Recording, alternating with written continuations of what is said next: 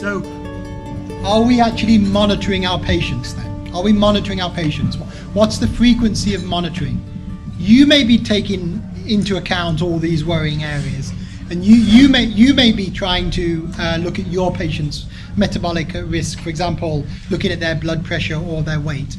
But are your colleagues? And it's a good thing to ask. Are your colleagues? Don't ask. Are you doing it yourself? Because we always get slightly defensive. Say, are your colleagues? Well, a colleague of mine in Northampton, Sheila Hardy, said, yeah, I'm going to look at what monitoring is going on for mental health in Northampton. But she did something very clever. What she said is, I'm going to take the standards that apply in mental health in the new schizophrenia NICE guidance. And that has suggested BMI, blood pressure, cholesterol, glucose monitoring within 15 months. So within, let's call it roughly a year's span, that those things can be done. Now what she did was clever. That's in the QOF, the new QOF target for primary care. So she went to primary care, audited their records, which are electronic now, so it can be done. And then she also noted that these same parameters were also required in diabetes, in the same practices. Yeah. So basically what she did is she used the same standard to compare mental health and diabetes. Now mental health and diabetes, SMI and diabetes, they've got a lot of things in common. I'm not going to have time to go through it now, but they're about the same prevalence. They've got a delay in initial diagnosis. They've got an approximately equivalent mortality gap. And most people who die in mental health don't die from mental health per se, which you could say was suicide. And most people in diabetes don't die directly of the diabetes, like diabetic coma. It's actually cardiometabolic risk that is the problem. And it's the same, it's the same in both categories. So arguably, cardiometabolic risk in diabetes and mental health, they are actually of equal status. But what she found, as you can see there in Northampton, and her own sample size was pretty large, about 2,000 patients. She found that in diabetes, all of these things were being pretty well monitored, around about the 80 to 90% level. But in mental health, they were all being badly monitored. The best one was blood pressure, which is obviously perhaps the simplest one, at 60% in the last 15 months. Not today, not on this occasion, any time in the last 15 months. But you can see they were all low. And if you had the full bag, the full collection, you can see 20% in mental health had the full collection compared to, is that 80 or 90% in diabetes? Now I used her idea and then together with her said, you know what, the UK QOF statistics are online now for every practice in the country. Why don't we look at what's happening nationally?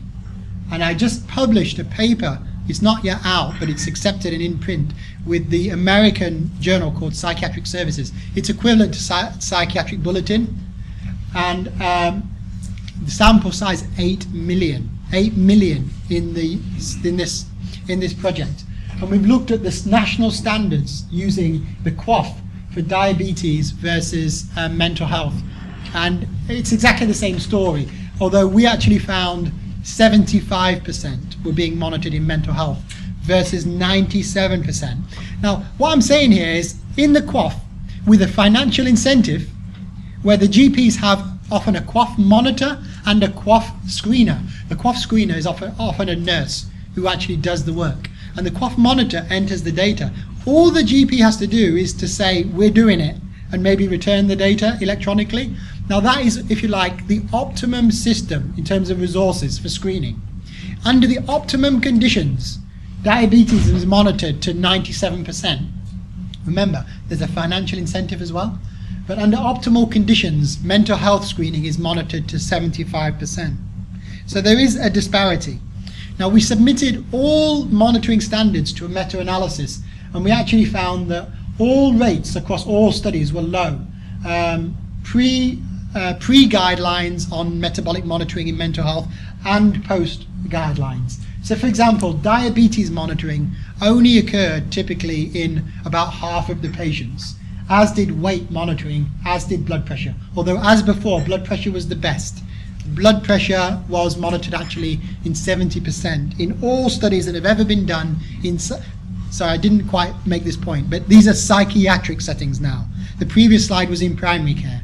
So this is now monitoring in psychiatric settings. So I'm showing you that monitoring is still suboptimal in psychiatric settings. Now what happens if a condition is recognized in a psychiatric setting? So let's say somebody recognizes diabetes in one of your patients. What's the chances they'll have a treatment for diabetes in a reasonable space of time? Well, are you familiar with CATIE?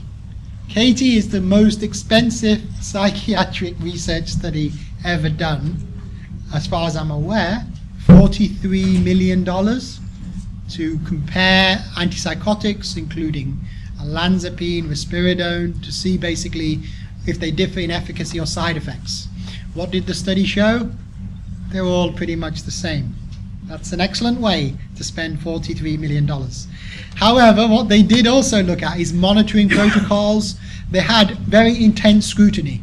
If you're being paid $1,000 for each patient contact, you're going to be pretty attentive to what's going on, yeah? So in CATIE, they looked at what happens with monitoring, and then they looked at what happens with treatment. So this is actually how many patients who were diagnosed with diabetes during their antipsychotic treatment actually received and did not receive a medical intervention for that condition. So to put this in black and white terms, if you were treated with an antipsychotic such as olanzapine and in optimal conditions of CATIE, the chance of you receiving treatment in the psychiatric setting for diabetes was 55%. 45% did not receive a treatment for diabetes. And 90% did not receive a treatment for lipid problems, and 40% did not receive a treatment for hypertension. Now, I was just telling Taib in the break, my hospital has recently sent a memo to all psychiatrists saying if any patient has a medical problem, you are not allowed to treat it. You are not allowed to treat it. We are banning you prescribing any physical health meds of any description because it costs too much money. It's somebody else's job. So in my hospital, we are not allowed to treat anything. Never mind, we miss quite a few things. We're actually not allowed to treat it. So we actually have to write. Obviously, I can write to the GP, would you kindly treat this patient for their lipid problem, which has occurred as a result of me starting an antipsychotic. Yeah, I can write the letter, but it's another barrier, isn't it? It may happen or it may not. What sort of physical health monitoring? Okay, so I work for Leicestershire Partnership Trust, and the national audit of schizophrenia has just been completed, and it's on the next slide set. But I will tell you what the data from all trusts show. All UK trusts. So this is now how often do people have a problem in BMI, smoking, lipids, prolactin, glucose, blood pressure, substance or alcohol problems. How often do they have a problem in the yellow, in the green? Okay, look at the green first, because this is the ranked by how often do they have a problem. In the UK, in psychiatric settings, 73% of people with schizophrenia have a concerning BMI above 25. 73%. And 58% in the UK are smokers, and 50% have a lipid problem. In other words, most patients who we see with schizophrenia have a weight, smoking and lipid problem. Most patients, more than 50%. Quite a few have either diabetes or pre-diabetes, a prolactin problem and hypertension. Okay? And a few, a concerning number, but I bet 10 years ago this is what they were looking at, had substance misuse or an alcohol problem. Yeah, quite a few. But you said, how often are you monitoring it? So this is how often are we monitoring it. And this is the answer now. It was on the previous slide, but I've re-ranked it. So this is, I'm monitoring it. I'm actually doing something. Now monitoring is one thing and treating is another, yeah? Monitoring is only part of the story. You've got to do something about it. So this is actually we're treated. So the good news is if you have a high BMI in the UK and you are subject to the survey, 70% were offered some kind of intervention for their weight problem in a mental health setting. But you can see that substance misuse is fairly well treated, as is alcohol. Smoking, cessation advice, 50%. Diabetes, 50%. Prolactin, 1 in 4. BP, 1 in 4. And lipids, 80% untreated. And in my trust, you asked me your trust, the ranking has come. We are second worst in the country. We are second worst in the country. In Leicester. Yes, in Leicester. Okay. And is your chief pharmacist worried about that? Yes, because they're worried about spending money on treating the problem. Not coming second worst in the national. Oh, yes. Or they're not worried about that? They're trying to sweep it under the carpet. Can I tell you a story about how my trust views these problems? Maybe they believe psychiatrists are not good in looking after the physical conditions. Exactly. So I think the GP and the physicians should be looking after the Training can patients. come in. If the chief pharmacist is worried, then there is hope. Yes. Something will be done. Yes, about there's various strategies. We'll come on to those in 1 second. But I just want to tell you about attitudes. And I want to tell you that in 2012, we published a paper in Psychological Medicine, which summarized the low monitoring rates across the whole. It was actually international. Every single study that was ever published, we summarized the low monitoring rates. Basically, we summarized that there's a concern that we're not monitoring carefully. After I published that paper, my trust emailed me and said, Dr. Mitchell, we don't like that publication and we don't want to be associated with it. We notice you put our name on that paper. I said, yeah, I put your name of the trust on every single paper. You usually say you like that. They said, oh, not in this case, because this paper suggests that we're not performing up to standard and we don't like it. And I said, hang on a second. This is a meta-analysis of every study done in the whole world. You actually are not part of this as a trust. You've never done a study locally which has produced data. This was before the National Audit Protocol. Okay? So this was mostly US data. But what they said was, because it shows a potential problem, we don't want to be associated with it. We don't want people to know that we could have a problem. And I said, okay, so you're saying then that our trust is probably an outlier of golden standards. We're probably monitoring perfectly, but you don't want to be associated with every other setting and every other psychiatrist in the world who is not monitoring carefully. Oh yeah, that's basically the message. We agree. That's what we want to say. And then 6 months later, the National Audit of Schizophrenia came out and we were second worst in the whole country. So that tells you about attitudes. And that is partly what we're fighting. Now you're suggesting to me methods to resolve it.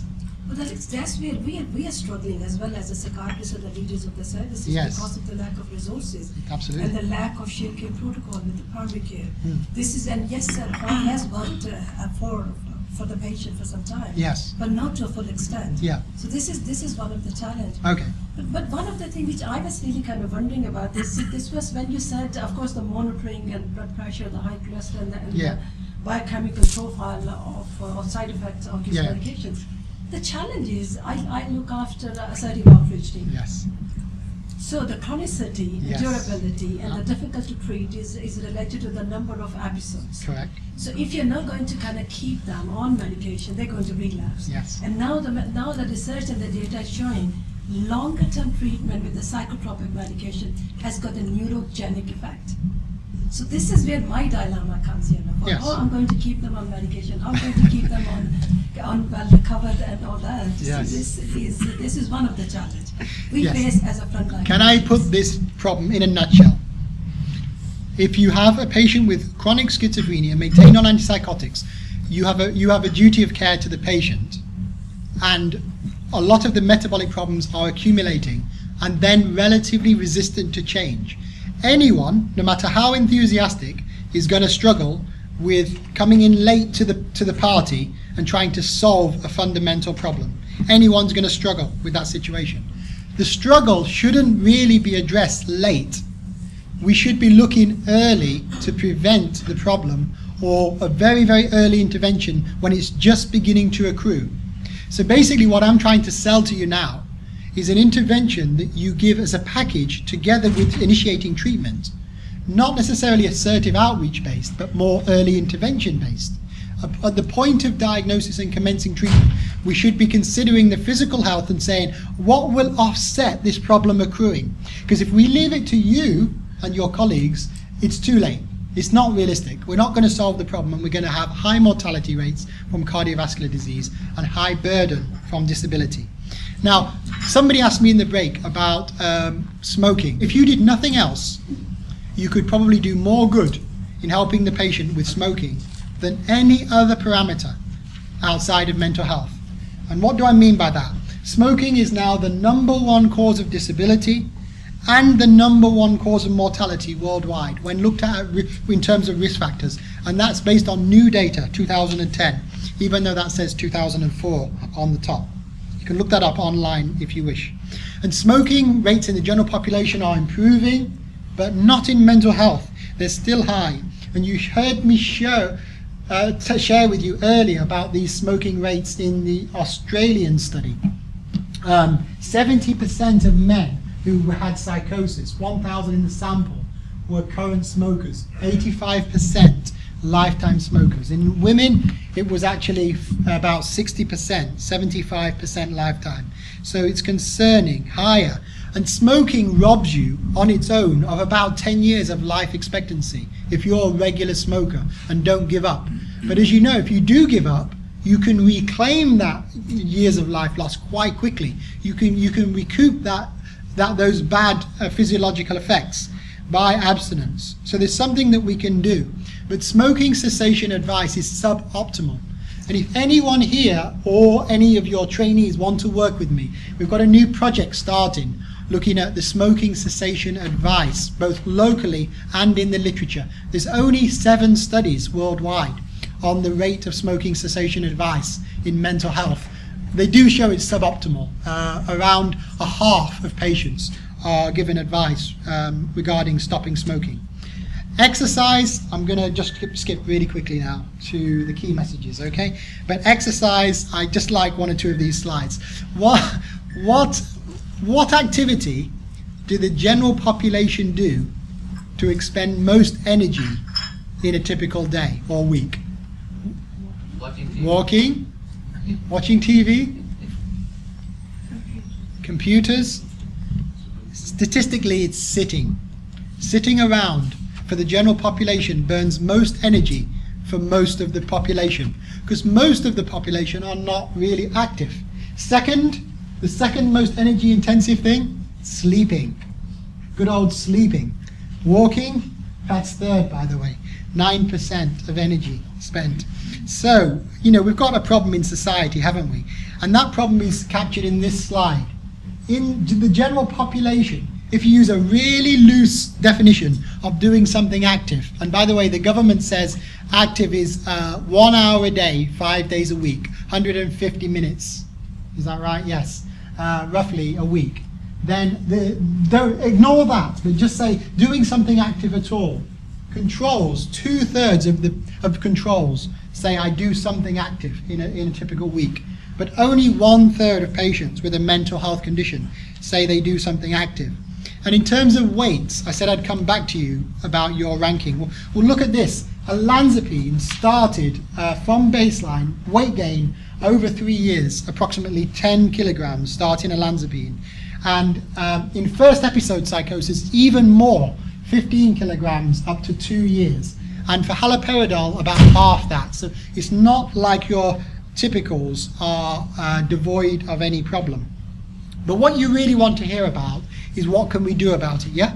Because that's the bit I haven't really said, have I? I haven't really said what we should do. So let's just conclude with what we should do. So the typical thing is to enroll patients in a lifestyle modification program. So for example, in your patients already on antipsychotics, we give them a few sessions, education maybe, and we see what happens. And if you do that, this is what happens. They continue to gain weight, but they gain weight less if they're in a lifestyle program. And it can help any one of those medications. But listen to what I'm saying there. There's still, the bad things are still accruing. It's just we've slowed it down a little bit. That's what's happening if we give, in an assertive outreach or chronic schizophrenia setting, patients a lifestyle modification, which is maybe realistic. I mean, who's going to do it? Tell me who's going to do it. But this is 10 to 14 sessions. Okay? So you get a mean weight difference compared to patients who may have put on 10 to 15 kilograms. You get a mean weight difference of, let's say, 2 to 5 kilograms. You get a modest effect. What I would call that is disappointing. Disappointing. Almost, is it worth bothering? If that's going to be our strategy, is it worth bothering? Now, admittedly, that's not perhaps the most intervention, most intensive thing you could ever do. Did you know there was a study that's just come out in New England Journal of Medicine, which has answered the question: if you had unlimited resources and you did everything you could possibly do for the patient, unlimited sessions, weight management, diet management, exercise classes. So this is not just telling the patient, which is generally not very good. You know, telling the patient, please eat better, exercise more, that's not really going to work. But actually helping them, you know, putting on a class, doing it with them. That is the optimum strategy, the most intense program you could ever imagine. Okay, how many sessions do you think they gave the patients in this program over 18 months? How many sessions of, you know, classes and diet management? How many sessions in this most intense program? You know, it's well funded. How many would be? Bear in mind, the patients have to come. So what do you think? Tell me a number. How many do you think they gave? 18. Well, 18 was my standard, so it's going to be higher than that. 40. Any advance? 20. That's a reduction. 100 and what? 25 to 200 times. 200. 200. Sold to the man who said 200. They actually did 246 sessions per patient over 18 months. 246. However, I've got some bad news for you. The patients only came on 77 of the 246 as a mean. Their attendance rate was 31%. However, it wasn't bad. They attended 77 times. For heaven's sake, the patient attended 77 times on average. That is pretty good. What did they show with this amazing program? Published in New England Journal of Medicine last month. Not much. But how much did it help? What? That's what Out of the 30%, how much did it help? How many did it help? Yeah. How many did it help? Exactly. How many did it help? How many did it help? How many lost weight? How many lost 5% or more of their baseline weight at the end of the intervention, 18 months? 1/3. Yes. How many in the control arm? Wait. How many in the control arm lost weight? 1/4. What was the difference between the two? 15%. Yes. Not much. Not much. Not much. It helped, but not much. That's. Value for money. Hmm? Was it value for money? They didn't have an economic analysis. You tell me. Are you going to spend the trust money on this? No. Okay. Would you like to spend your money on this? Why don't you stick them on another medication? Which one? Aripiprazole. As well as their other That's anti. what David Taylor Right. was telling us the other day. They just give them aripiprazole. Right. Now, most trusts will not support that because aripiprazole is still in patent. It's expensive. And the clinicians actually don't support it themselves because you don't generally make friends by tying clinicians down to one option. Because you know as well as I do, even if that drug works, it's not going to work for everyone. In addition, just for metabolic symptoms, not for treating schizophrenia. Small dose of aripiprazole with clozapine. Okay, well that definitely doesn't work. And I'll tell you why it doesn't work. It's not a weight loss strategy. It's a weight sparing strategy, which means they don't increase weight. It's not like a topiramate or an anorexia agent, which actually stops appetite or reduces weight. It's a neutral antipsychotic. Yeah, it doesn't work to co-prescribe it. And there have also not been any studies, as far as I know, any decent powered studies on co-prescription. So I'm sorry, I'm rubbishing the co-prescription with aripiprazole, but I'm not rubbishing your suggestion. Your suggestion is good. I'm not saying it So this doesn't. Okay, depends on this. listen to what I'm saying. If you switch the patient from olanzapine or clozapine to aripiprazole, that does work, particularly if you don't require them to be on olanzapine or clozapine for long. But if you do the switch strategy, it's been studied in 2 RCTs, the recoup on the new weight neutral antipsychotic is half of the weight gained. They recoup half of it. It's akin to going to the exercise class, but without going to the exercise class, by switching. But you have to come off your weight gain in antipsychotic. However, we've got a cardiologist in the room, and cardiology is looking more at metabolic health in general and lifestyle, and diabetologists are doing the same. Can we learn a lesson from the diabetologists, which is actually going to inform our practice? So in the Diabetes Prevention Project, which was a 10-year project looking at pre-diabetes, reducing conversion, mainly based on weight to diabetes, they actually then trialed 2 things: lifestyle, which not too good, and placebo, not too good at all, and metformin. Do you remember metformin? Metformin is called an insulin sensitizer. Basically, you can use metformin to prevent the conversion of pre-diabetes to diabetes, and somebody who is overweight to diabetes. And it basically did work modestly well, although the effect wore off with time. So what I'm going to tell you now is my favorite optimum strategy, and it is your one of co-prescription, but not with aripiprazole. Aripiprazole is useful as a switch. As a co-prescription, you can use metformin. So metformin, this is olanzapine plus placebo versus olanzapine versus metformin. Olanzapine plus placebo versus olanzapine, metformin, weight gain, okay? And this is month 1 to up to 3 months. Basically, it offsets the problem. It offsets the problem in weight, and it offsets the problem metabolically. So if you're allowed to prescribe it on day 1 if you're going to prescribe a drug which increases weight. That is the optimum strategy. That is the optimum strategy. Could I ask you the dosage of metformin? Because I use desperate strategies of my patients. Yes, What is your it's subject to debate, but I believe it's either 500 or 800. But that each trial has seemed to pick a slightly different dose.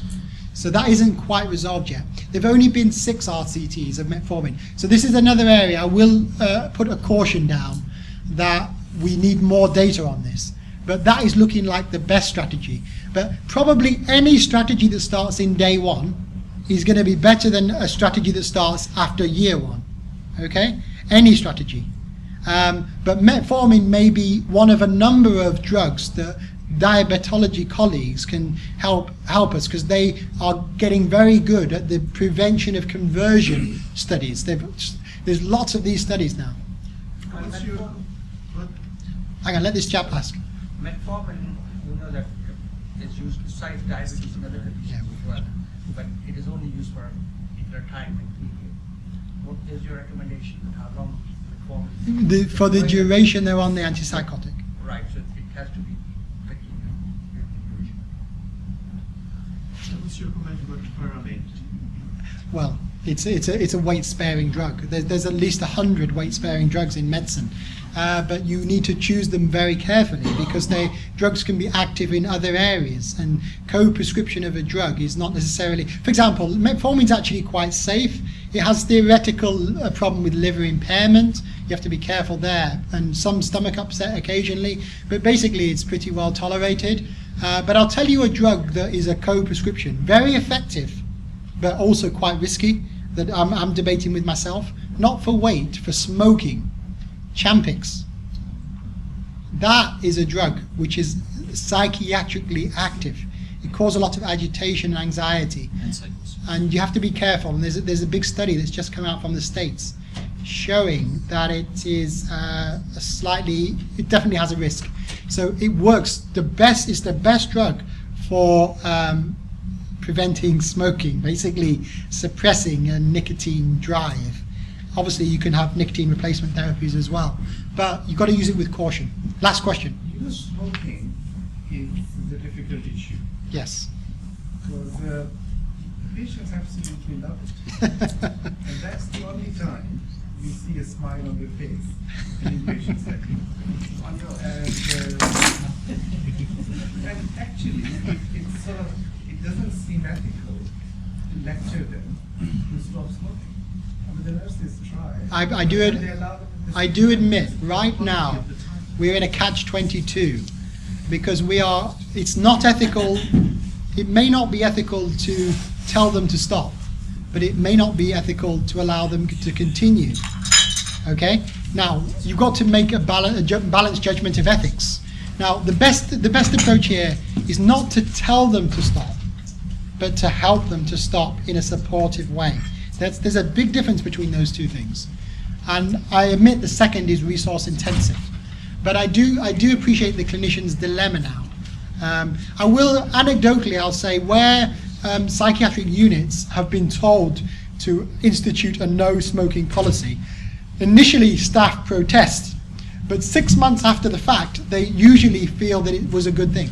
Yeah. And working as a liaison psychiatrist, they're not in at my hospital, they're not allowed to smoke on the wards, so they have to go all the way downstairs from the 7th floor. Okay, sorry about that. Where they're not smoking heavily. Why can't they do that on site? They can have a longer walk. Thanks a lot. I think we should. We are running out of the time. I realized that 1.5 hours was too little for Alex. He needs to come back, and we have a whole session with him. There are a lot of questions.